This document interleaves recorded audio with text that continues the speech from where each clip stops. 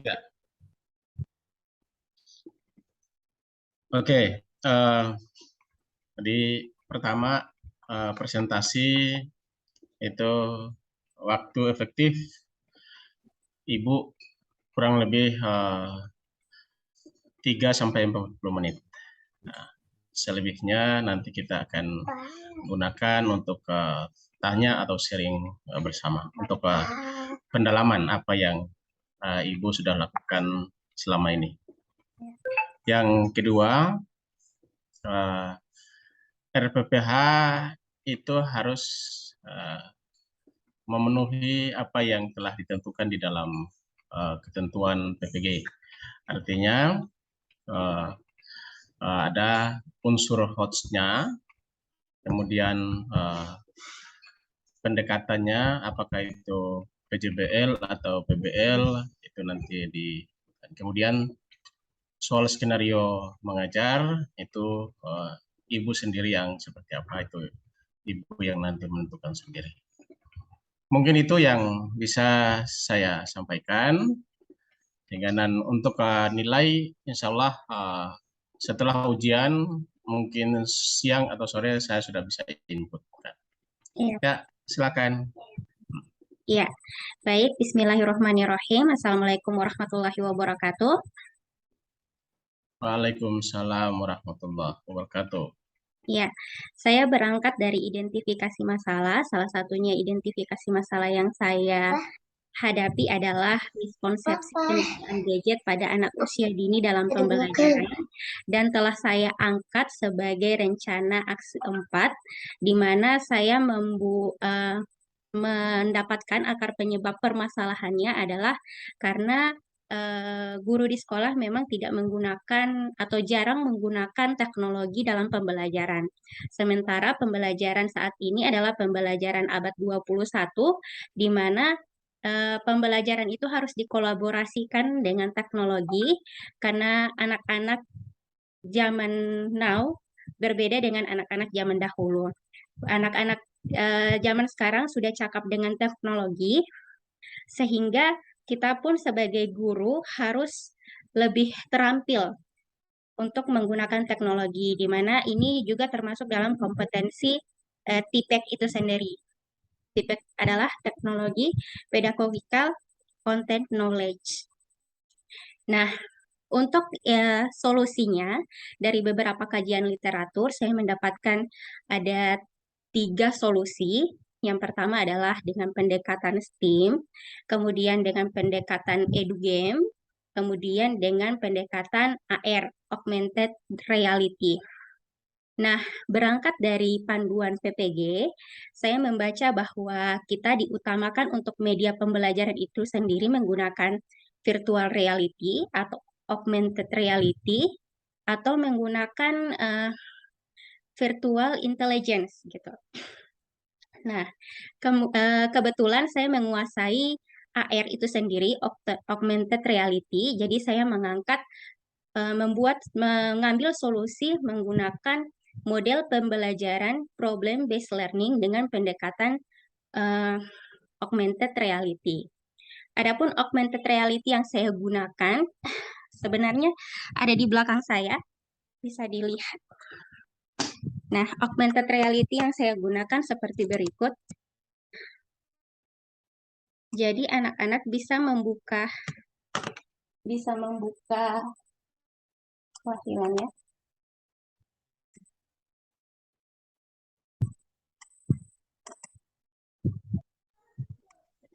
Bisa di share screen saja? Kalau saya share screen Pak, agak agak berat jaringannya. Jadi sebenarnya sudah Di bawah. tapi tiba-tiba Di bawah. muncul. Di bawah ini. Oke, saya coba share screen saja Pak.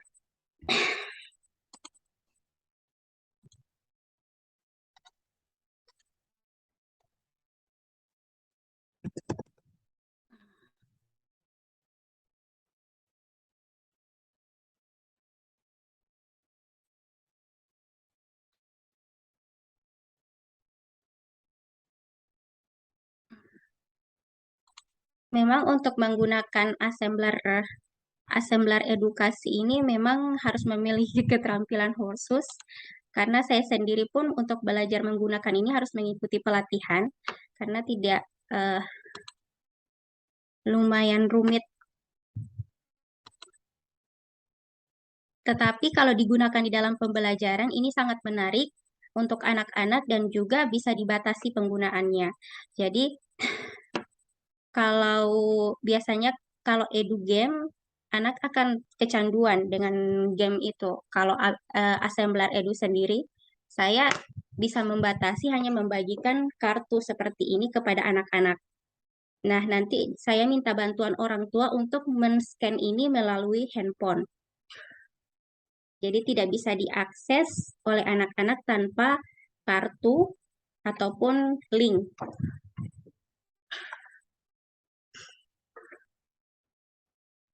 Tetapi tentu dalam assembler edu ini sendiri atau augmented reality ini sendiri, dalam penggunaannya memang ada beberapa kelemahan yang sudah saya identifikasi. Salah satunya adalah harus menggunakan jaringan yang stabil. Jadi misalkan di sekolah atau sekolah kita berada di dalam pedalaman, mungkin eh, tidak bisa menggunakan AR ini secara terus-menerus karena kita harus memikirkan jaringannya juga. Terus yang kedua, menggunakan listrik dan kita juga harus melihat kemampuan orang tua dalam menggunakan teknologi itu sendiri.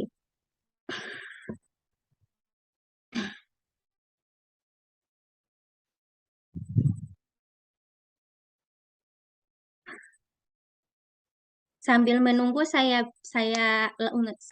langsung ke langkah-langkah untuk RPPH saja dulu Pak ya. Nah, jadi untuk Kan? Ya, jadi untuk RPPH itu sendiri, karena ini model pembelajaran problem based learning, jadi ada 5 sintak. Nah, sintak yang pertama itu adalah eh, penentuan pernyataan. Tahapan yang pertama itu adalah penentuan pertanyaan mendasar. Jadi saya membawa anak-anak melalui tampilan AR ini melakukan tanya jawab, mencari permasalahannya eh, apa yang akan kita bahas dalam pembelajaran. Kemudian yang kedua yaitu mengorganisasikan peserta didik untuk belajar. Nah, di sini saya akan membagikan kepada anak-anak papan seperti ini. Nah, jadi saya akan membagikan papan untuk menyusun metamorfosis kupu-kupu. Nah, papan sebelumnya kegiatan metamorfosis kupu-kupu ini sudah ada penjelasannya di dalam aplikasi yang akan saya ajarkan, yang akan saya tampilkan kepada anak-anak. Kemudian untuk tahap ketiga adalah membimbing penyelidikan individu atau kelompok. Karena saya membagi anak-anak dalam 3 kelompok, jadi ini adalah penyelidikan kelompok. Nah, yang akan dilakukan oleh anak-anak, mereka akan menyusun metamorfosis kupu-kupu pada papan yang tadi sudah saya perlihatkan, dan papan itu sudah saya lengkapi dengan perekat kain, supaya mudah bagi anak apabila ada kesalahan atau ada koreksi, sehingga mereka mudah untuk membongkar dan memasang kembali. Kemudian yang keempat, mengembangkan dan menyajikan hasil karya. Setelah anak-anak membuat metamorfosis kupu-kupu tersebut di dalam papan, saya akan meminta anak-anak per kelompok untuk maju mempresentasikan hasil karya mereka meskipun hanya dalam bahasa sederhana. Kemudian yang terakhir saya akan mengevaluasi. Tahap yang kelima saya akan mengevaluasi dan menganalisis kemampuan yang sudah dicapai oleh anak terkait pembelajaran yang sudah dilakukan. Saya akan memberikan masukan apabila ada kekurangan kepada anak-anak, kemudian mengapresiasi atas pekerjaan yang sudah dilakukan oleh anak-anak.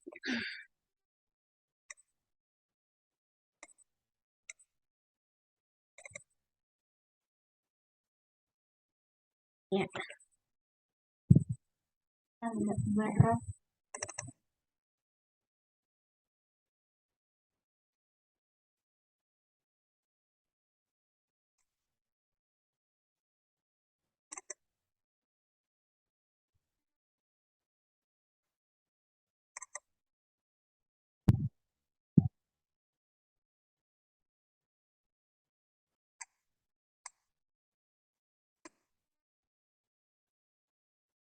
Ya, agak berat Pak jaringannya, jadi mungkin saya tampilkan dulu sementara lewat HP.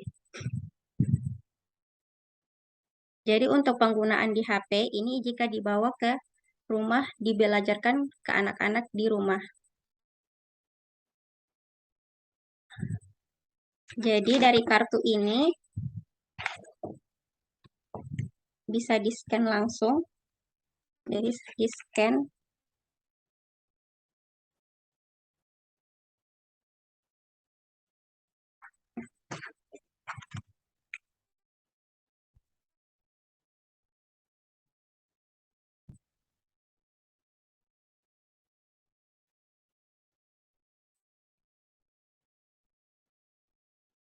Sayang sekali tampilannya agak loading karena saya menggunakan Zoom juga untuk internetnya. Biasanya kalau tidak terhubung dengan Zoom, ini cepat sekali terbuka, Pak. Ini yang apa? Makanya kan gini, kalau kegiatan pembelajaran yang sudah terhubung dengan WiFi atau apa seperti ini, yang sekiranya WiFi-nya loadingnya seperti ini, kalau di kota nggak jadi masalah ya, karena bisa ini. Cuma kalau di yang jauh dari perkotaan dan akses internetnya kurang bagus, nah itu ya nanti kurang efektif pembelajaran kita itu. Terutama pembelajaran yang berbasis pada digital seperti yang Ibu terapkan. Sebenarnya ini program ini bagus ya, tapi ini menurut saya paling bagus kalau diterapkan pada anak-anak di kota. Gitu. Ya, kebetulan Pak, sekolah ya tempat saya mengajar itu kebetulan di perkotaan, jadi saya berani menggunakan ini.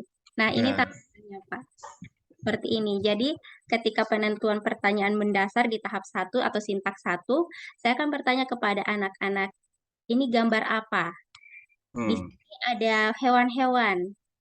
Kita kan sudah membahas bahwa yang akan kita bahas adalah kupu-kupu. Ayo anak-anak, kita cari di mana kupu-kupu di sini. Nah, apakah ini kupu-kupu? Oh, bukan, Bu, ini ayam. Terus, apakah yang di sana yang kupu-kupu? Bukan. Nah, anak-anak bisa mencari, nah ternyata ini kupu-kupu. Seperti itu. Nah, ini jika saya klik kupu-kupunya, dia akan masuk ke scan 2. Dia sudah terhubung dengan YouTube. Jadi, kita tidak perlu membuka YouTube lagi, Pak. Jadi, dia akan langsung terhubung seperti itu tanpa saya harus membuka YouTube. Kemudian saya bisa membuat kuis dengan anak-anak langsung di sini, Pak. Jadi bagaimana metamorfosis kupu-kupu? Jadi dari telur-telur, ulat-ulat, pom-pom, kupu. Nah, jadi anak-anak bisa menyusunnya. Terus di sini juga langsung bisa terhubung ke kuis. Jadi cukup diklik saja kuis. Ayo kita menghitung ada berapa jumlah kupu-kupu. 1, 2, 3, 4. Jadi ayo hitung. Ya, akan muncul angka 4 dan seterusnya sampai pada beberapa kuis. Kemudian di sini ada games, tulisan games.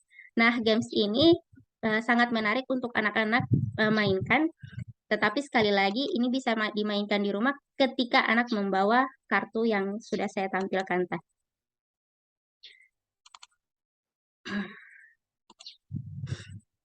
Nah, seperti itu, Pak.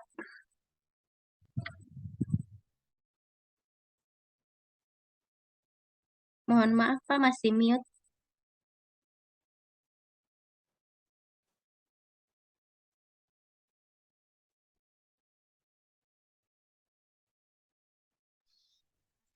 Iya, Bu Desi. Ya. Kira-kira untuk mengetahui kemampuan anak dalam memperagakan atau mendemonstrasikan apa yang Ibu tampilkan ini, gimana caranya? Karena ini pembelajaran yang saya tampilkan untuk belajar di sekolah dulu secara beramai-ramai, kemudian akan saya bagikan kartu bisa dimainkan di rumah, nanti ada skornya, Pak. Nanti saya bisa melihat skornya anak-anak itu melalui games yang dapat dicapai. Nanti ada Oke. tersisa dua. Oke. Saya tertarik ya. Intinya Iya. adalah tertarik apa yang Ibu tampilkan ini adalah merupakan sesuatu yang perlu apresiasi karena jarang guru-guru PAUD itu punya kemampuan lebih di bidang IT ya. Uh, Ya saya sudah hampir 6 tahun jadi instruktur ini. Saya baru menemukan sekitar 7 orang termasuk Ibu gitu ya.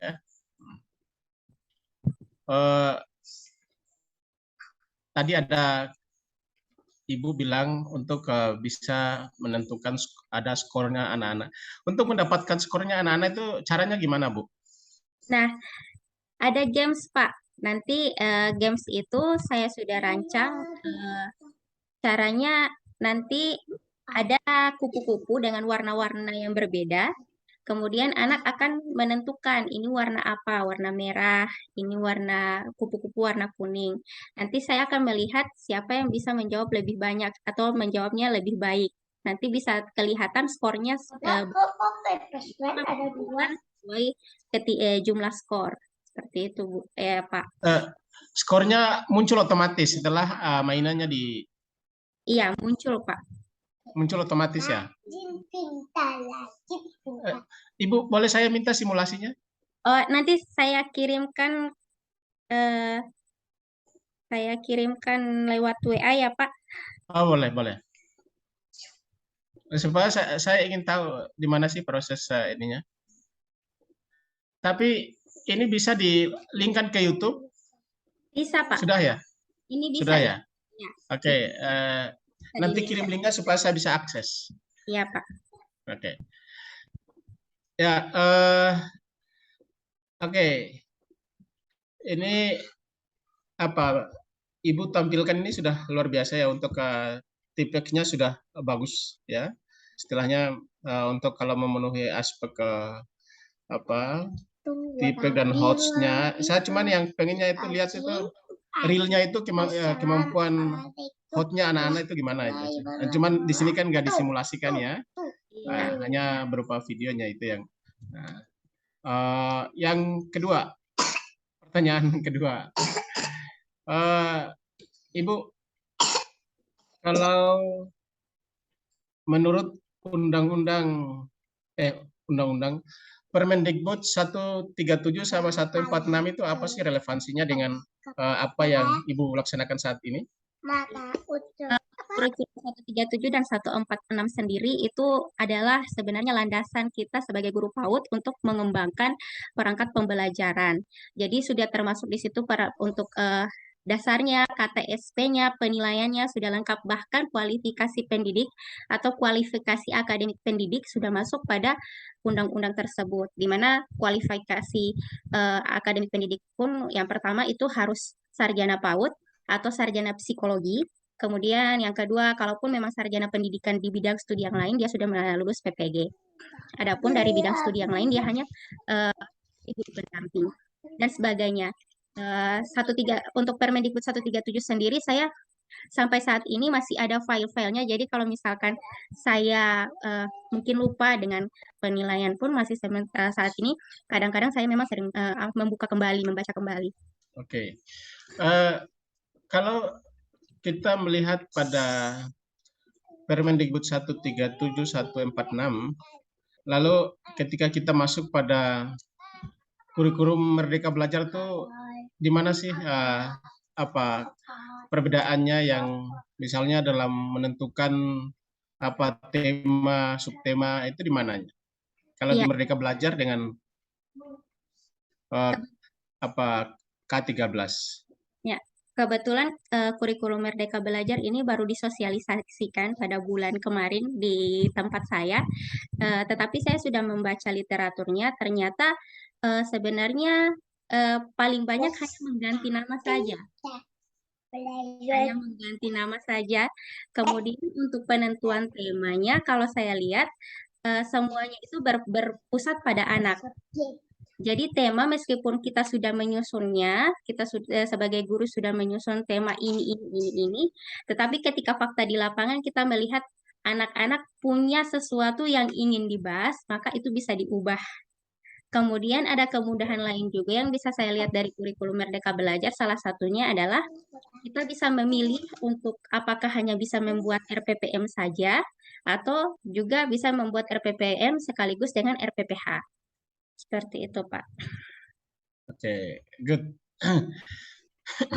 Oke, kalau ini pada akhirnya juga kan Ibu ini nanti ya itu menjadi ending dari proses ini ya, Ya. adalah ingin tersertifikasi sebagai pendidik profesional. Kira-kira keterkaitan antara aspek pedagogik dengan aspek profesionalnya itu di mana? Dengan kepribadian dan sosialnya. Saya rasa semuanya berhubungan, Pak ya. Karena kalau pedagogik itu sendiri kita ketahui bahwa itu adalah hal yang mendasar atau pengetahuan guru. Kalau pedagogik tidak dikuasai, maka saya tidak menjamin bahwa guru itu menjadi guru yang profesional. Karena pedagogik itu sendiri bisa dibuktikan bagaimana guru itu menyusun perangkat pembelajaran, membuat rencana, membuat evaluasi penilaian, dan juga bagaimana mengelola kelas. Jika seorang guru tidak menguasai kompetensi itu, maka tidak bisa dikatakan profesional. Bagaimana guru akan mengajar jika dia sendiri tidak bisa membuat rencana pembelajaran itu sendiri. Dan ini juga berhubungan kepada kepribadiannya si guru dan juga sosialnya si guru. Nah, bagaimana guru menampilkan kepribadian sebagai seorang yang terpelajar kepada anak-anak sementara dia tidak belajar. Begitu. Lalu kaitannya dengan sosial? Nah, dan ini juga menjadi pandangan Pak. Kita ketahui bahwa anak usia di sekolah menjadi sorotan juga orang tua. Ketika kita melaksanakan pembelajaran dengan baik, kita sudah menguasai pedagogik, sudah berlaku profesional, tentu hubungan sosial kita dengan orang tua, kita mensosialisasikan pembelajaran ini kepada orang tua, itu akan lebih mudah dan terarah. Dibanding kita tidak tahu apa-apa.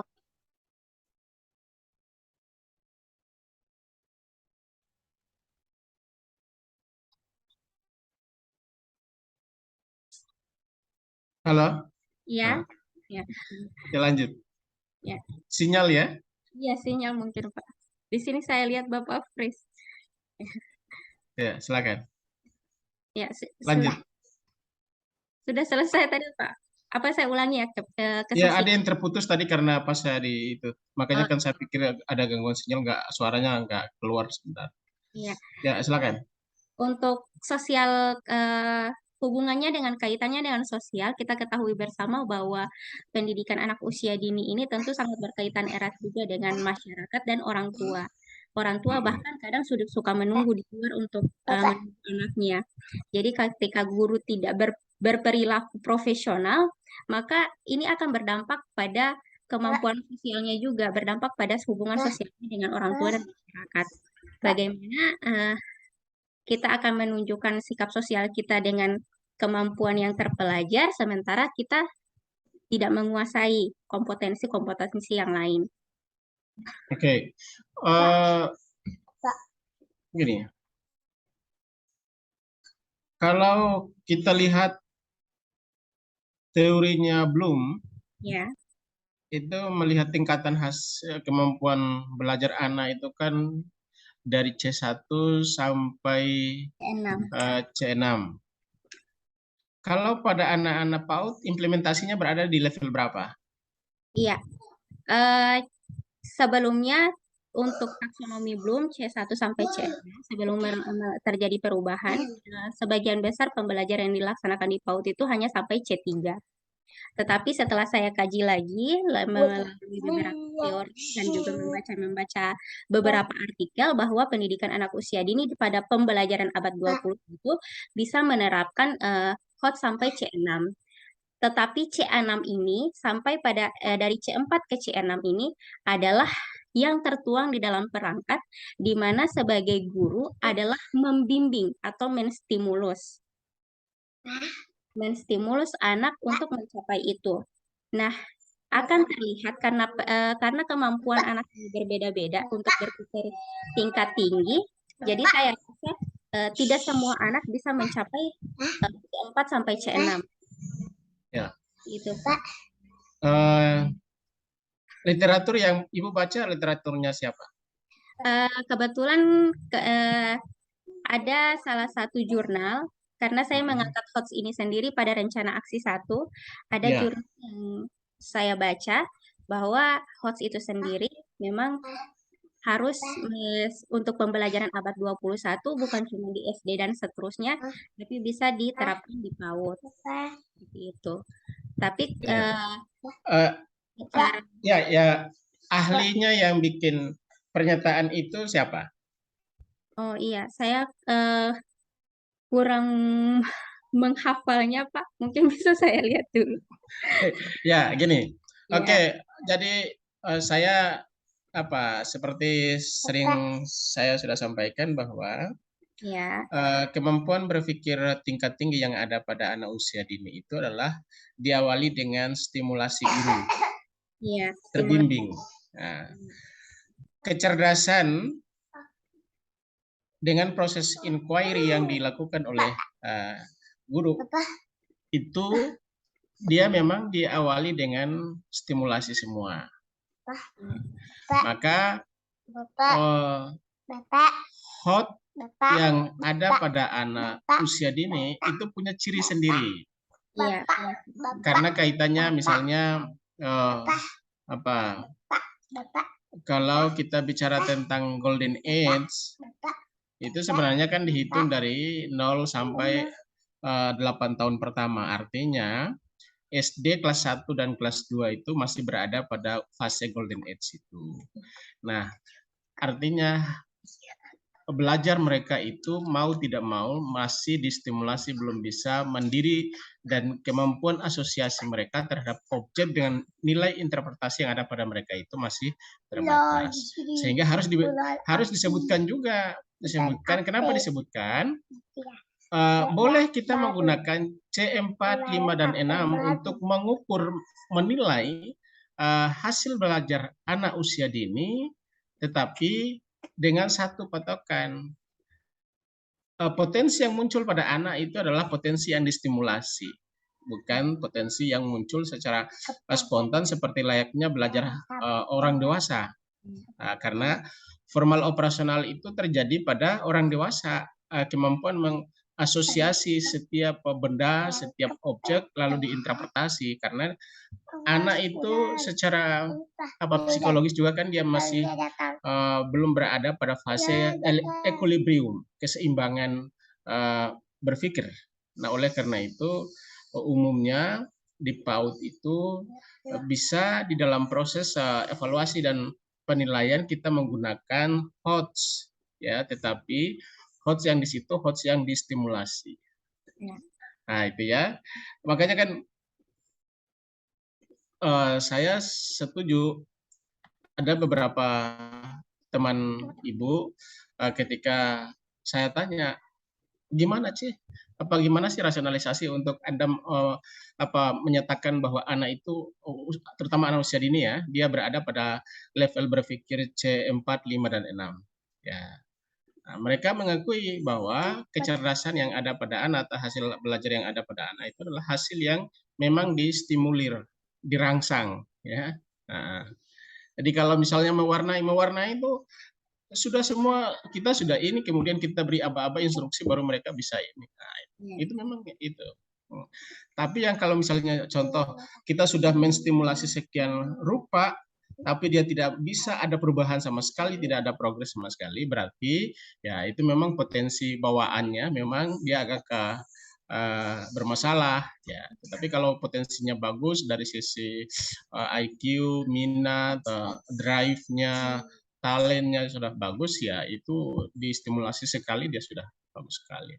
Apalagi kalau misalnya sekarang dengan media digital itu kan guru-guru kalau seandainya dia punya kreativitas sendiri itu mereka lebih mahir sebenarnya. Bahkan saya contohkan sendiri di anak saya yang SD, dia sekarang sudah bisa bikin game online yang di YouTube itu udah sampai